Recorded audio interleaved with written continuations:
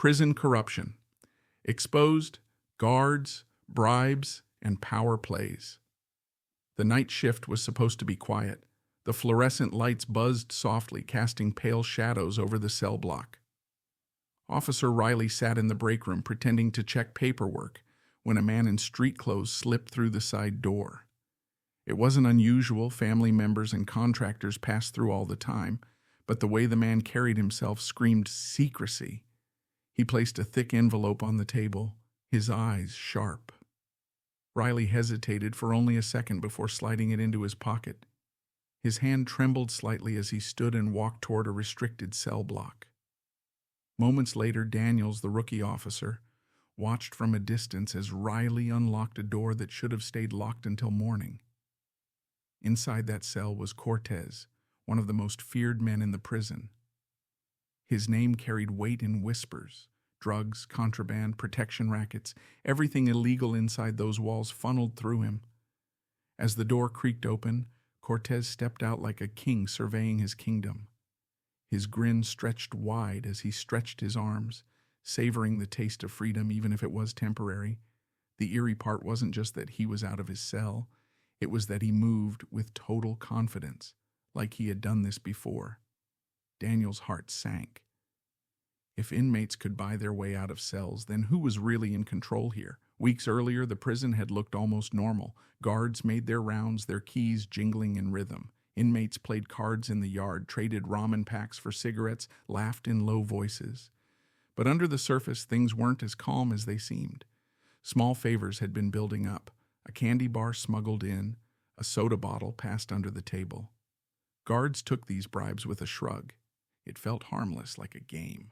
But the inmates remembered, and once a guard said yes the first time, there was no going back. Daniels, fresh out of training, started noticing details others ignored. Senior guards were walking into blocks they weren't assigned to. He overheard inmates using guards' first names like they were old friends. He even saw one officer laughing with an inmate during yard time, their conversation looking more like business than small talk. Daniels didn't want to believe it at first. He was too new, too unsure. But the pit in his stomach told him he was seeing corruption right in front of him. Then came the yard fight. It started with a shove, then a punch, and suddenly two gangs erupted into violence. Shanks appeared out of nowhere, blades flashing in the sunlight. Inmates screamed, blood sprayed across the concrete. Daniels expected backup to rush in, but some guards stood frozen. Others turned their backs.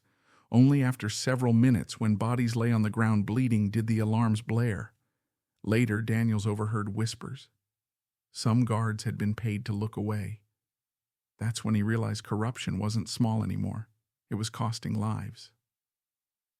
That night, Daniels patrolled alone and saw Reilly unlock a cell. Cortez stepped out with a smirk. An envelope exchanged between them.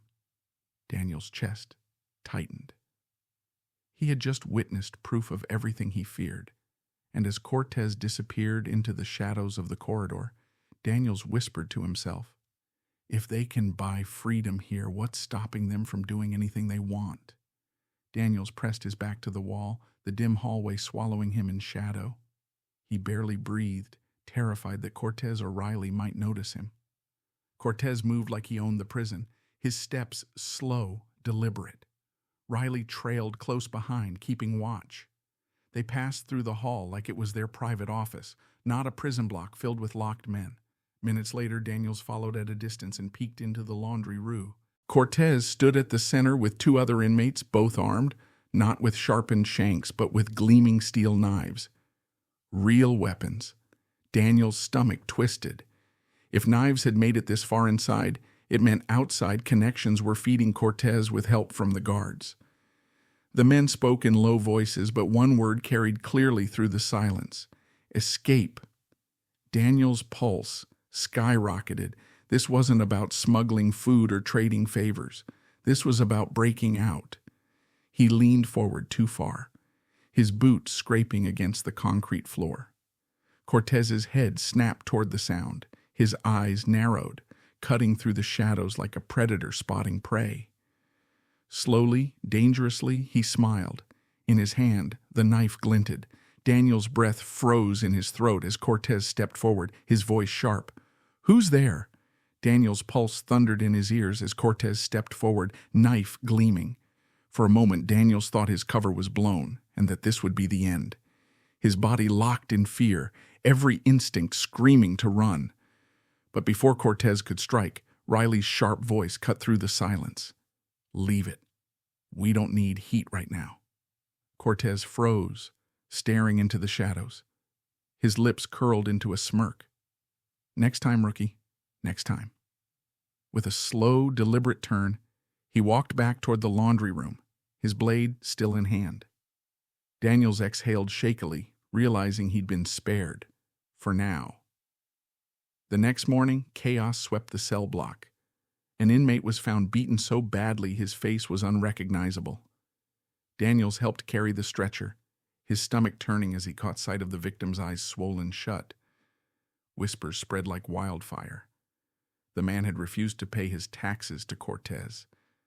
And what sickened Daniels most was watching Reilly stroll past the scene, whistling, his hands in his pockets as if nothing had happened. It was clear now. Violence wasn't random. It was controlled, allowed, and enforced by both inmates and guards. Over the next week, Daniels watched patterns sharpen into something undeniable. Food shipments went missing, but certain inmates always had fresh supplies.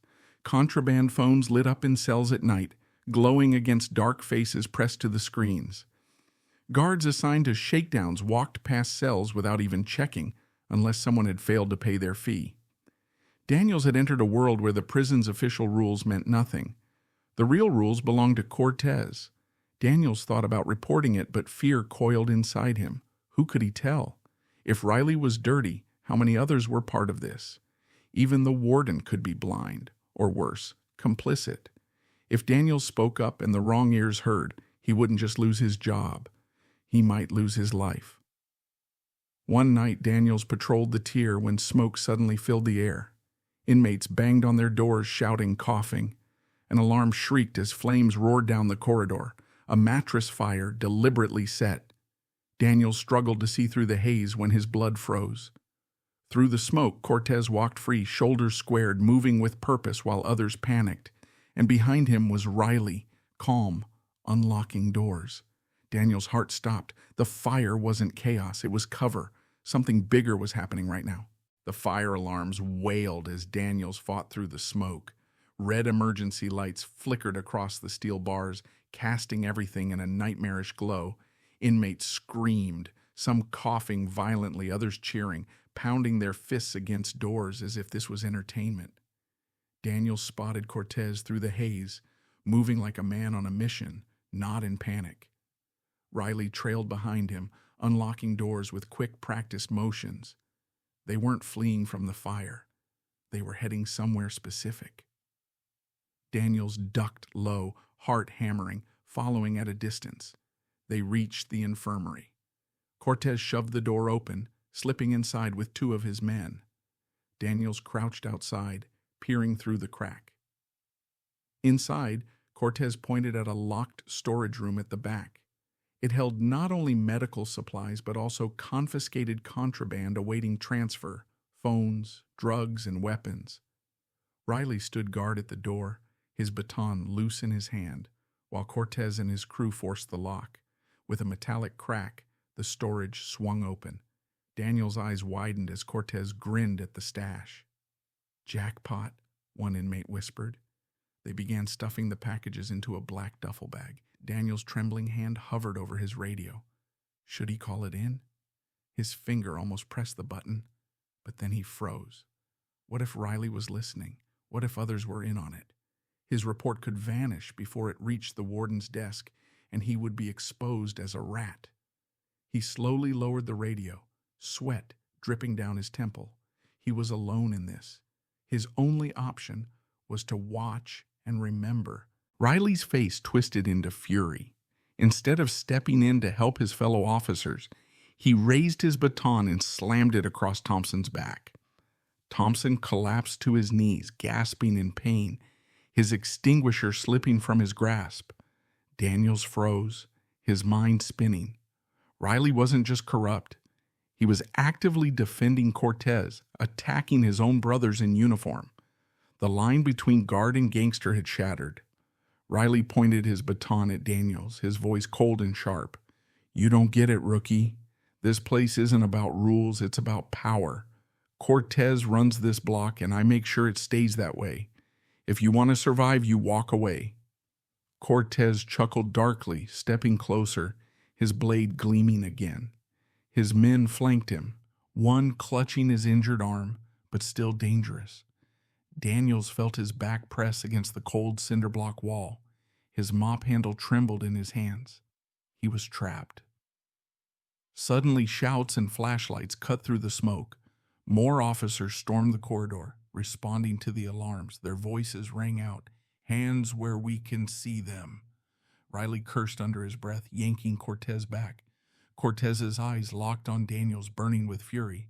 "This ain't over, rookie," he hissed. With that, Cortez and his crew slipped into the chaos, disappearing through a side door. Daniels stood frozen, mop handle trembling, his chest heaving. For the first time, he realized the truth. The prison wasn't just corrupted, it was controlled. And Cortez had just marked him as an enemy. When the smoke finally cleared, Daniels helped Thompson into a chair in the break room. Blood ran down Thompson's arm, soaking the bandages hastily wrapped around it. His voice was weak but urgent. "You saw it too. Reilly's with them. He's not just turning a blind eye, he's part of it." Daniels nodded, his throat tight. Hearing it said out loud made it real. They weren't just fighting inmates. They were fighting their own brothers in uniform. The next morning, the warden stormed down the block, his voice echoing like thunder. "What the hell happened last night?" Officers scrambled to line up, their reports in hand. Reilly stepped forward, calm and collected, spinning a flawless lie. "The fire started from a smuggled lighter. Inmates panicked. We responded as best we could." Daniels clenched his fists as he listened. Other officers nodded in agreement, backing Reilly's story like a rehearsed choir. Daniels realized then, it wasn't just Reilly. The corruption ran deeper. The system itself was protecting Cortez. In the cafeteria later, Daniels sat alone, staring at his untouched food. Whispers slithered through the room. Inmates leaned close to each other, smirking, their eyes cutting toward him. Word had spread. Daniels had interfered. Cortez had marked him. One inmate chuckled under his breath as Daniels passed. "Dead man walking."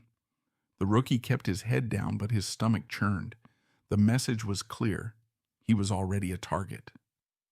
That night, Daniels patrolled the tier alone. The cells were quiet, the air heavy with silence. As he walked past, a folded piece of paper slid from under a door.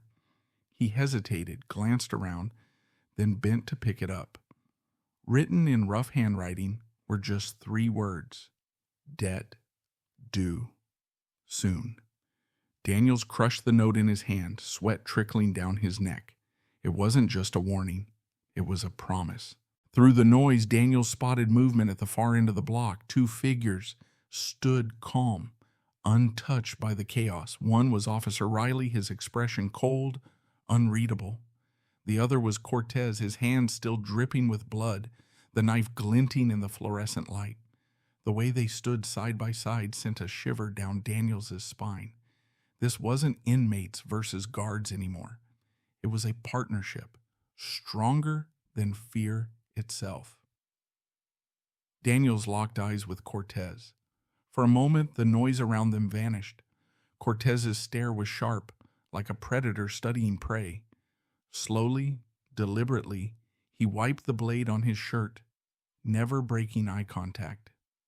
Reilly leaned in and whispered something to him, and Cortez smirked, his teeth flashing white under the dim lights. It was a message that needed no words. "You're next." The other officers finally flooded into the block, shouting orders, dragging the injured inmate onto a stretcher. But Daniels barely moved. His eyes were still locked on Cortez and Reilly as they melted into the crowd, untouchable. Inmates screamed for justice, blood stained the floor, and yet nothing would happen because the killers were protected. Daniels felt the weight settle on him. He wasn't just a guard anymore. He was the only witness willing to fight a war that everyone else refused to see. The chaos in Block C didn't calm for hours. By the time order was restored, Daniels felt like his nerves had been burned raw. He sat in the locker room staring at his trembling hands. His uniform smelled of smoke and blood. Thompson entered quietly, his arm still bandaged. "You saw it, didn't you?" he asked. Daniels nodded slowly. "Cortez, he killed that man, and Reilly just stood there." Thompson clenched his jaw. "Not stood there, protected him. We're up against something way bigger than we thought." The following morning, the prison yard buzzed with rumors. Inmates shouted across the fences, their voices laced with anger and fear. "Cortez runs this place now," one yelled. Others nodded, some in agreement, others in dread. Daniels patrolled along the edge, feeling eyes burn into him from every corner. Every step he took was heavy with the knowledge that the walls weren't keeping the prisoners in. They were keeping the corruption in. He saw a group of inmates pass a cell phone between them, laughing like they were on the outside. A guard nearby pretended not to notice. Daniels' gut twisted tighter. That evening, Daniels was called into the warden's office. The air inside was thick with cigar smoke. The warden, a heavy-set man with tired eyes, leaned back in his chair. "Officer Daniels, I've had concerning reports about you, whispers that you're poking your nose where it doesn't belong." Daniels swallowed hard. "Sir, there's corruption here. Guards are helping Cortez. I've seen it with my own eyes." The warden's face hardened. "Be very careful with accusations like that. If you can't prove it, you're finished here." Daniels left the office with his chest tight, realizing he was now marked not just by Cortez, but by his own leadership. Late that night, Daniels couldn't sleep. He walked the silent tiers alone, his flashlight beam cutting through the dark. That's when he noticed something taped to his locker door, a Polaroid photo. His stomach dropped. In the picture was his own car parked outside his home. On the back of the photo, a message was scrawled in black marker. "We know where you sleep." Daniels' hand shook as he held the picture, sweat beading on his forehead. Cortez's reach wasn't confined to the prison anymore. It stretched beyond the walls. The next day, chaos erupted again. A riot exploded in the cafeteria, trays and fists flying, bodies colliding, shouts echoing like thunder. As guards rushed in, Daniels spotted Cortez standing calmly on top of a table, directing the chaos with hand signals. He wasn't fighting. He was controlling. And by his side, Officer Reilly stood guard, blocking anyone from reaching him. Daniels realized with horror this wasn't just corruption anymore. This was a regime. And Cortez had just declared himself the true warden of the prison. The cafeteria riot raged for nearly an hour before it was brought under control. The floor was slick with spilled food and blood, trays scattered like weapons. Daniels helped drag an unconscious inmate out, but his eyes never left the table where Cortez had stood like a general commanding an army. Even in chaos, Cortez hadn't lifted a finger. His power was absolute, and every inmate knew it. Daniels couldn't shake the thought. The guards weren't controlling the prison anymore. Cortez was. That evening, Daniels met Thompson in the parking lot outside the prison. The sky was dark, headlights of staff cars flickering as they drove off shift. Thompson leaned against his vehicle, his face grim. "We need evidence or we're done. People outside these walls need to see what's happening in here." Daniels nodded, his voice low. "Reilly's wiping footage. Cortez has everyone scared, but if we can catch one exchange, just one handoff, one bribe, we might have enough." Thompson sighed. "Then we're risking our lives every second until we get it." That night, Daniels made his move. He slipped into a side corridor near the staff entrance, his body pressed against the wall. From the shadows, he watched Reilly approach. His heart pounded as he saw it. Reilly shaking hands with a visitor who passed him a thick envelope. Cash. Daniels raised a small disposable camera, subbed. Omething Thompson had smuggled in for him. His hand shook, but he clicked the shutter. The flash was off, silent. He'd caught it. Proof. For the first time, Daniels felt a sliver of hope. But the victory didn't last. Minutes later, as Daniels headed back toward the locker room, he noticed his lock was broken. Panic shot through him. He yanked the door open and found his belongings trashed, his spare uniform shredded, his notes scattered, and pinned to the inside of the door was a blade buried into the metal. Taped to it was another note, written in jagged letters. Snitches bleed. Daniels's stomach churned. They knew. Someone had seen him. The next day, things spiraled out of control. During morning roll call, Daniels stood among the other guards, his nerves raw, trying to appear normal. Suddenly, a massive crash erupted down the corridor, followed by shouts and screams. Radios crackled. Weapons, fight in Block D, officers down. Daniels bolted toward the chaos, his worst fear unfolding in front of him. The gangs weren't just fighting each other anymore. They were testing the system, pushing back against the last shred of control the guards had. And in the middle of it all, Daniels caught sight of Cortez, calm, unflinching, like the storm was his to command. The riot in Block D left the prison in ruins. Alarms still blared as Daniels stumbled into the control room, his uniform torn, his face streaked with sweat. Monitors flickered with chaos, fires in 2 blocks, guards overrun, inmates roaming freely. And there, on one of the screens, Cortez stood in the yard, surrounded by men, calm in the storm. Like a king with his army, Reilly appeared at his side, speaking into a radio. Daniels's heart sank. This wasn't just corruption anymore. It was a coup. Cortez had turned the prison into his empire, and Reilly had crowned him. Daniels knew he couldn't stop Cortez by force, not tonight. But he still had something. The photo he'd taken of Reilly's bribe. He pulled the camera from his pocket, clutching it like a lifeline. Thompson staggered into the room, battered but alive. "We can't save the prison," Thompson said, coughing, "but we can save the truth."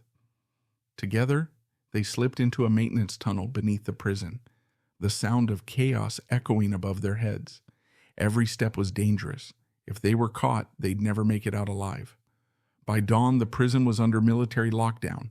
SWAT trucks lined the gates, helicopters circling overhead. News crews swarmed outside, cameras rolling. Inside one of the vans, Daniels sat with Thompson, handing over the camera to federal investigators. "This is proof," Daniels said firmly, his voice hoarse. "Proof that the guards weren't just bribed, they were part of it." The agents exchanged grim looks as they reviewed the evidence. Outside, reporters shouted questions, and the world finally saw the cracks in a system long hidden. Daniels leaned back, exhausted, watching the prison towers fade in the distance. He knew the fight wasn't over, but for the first time, the truth was free.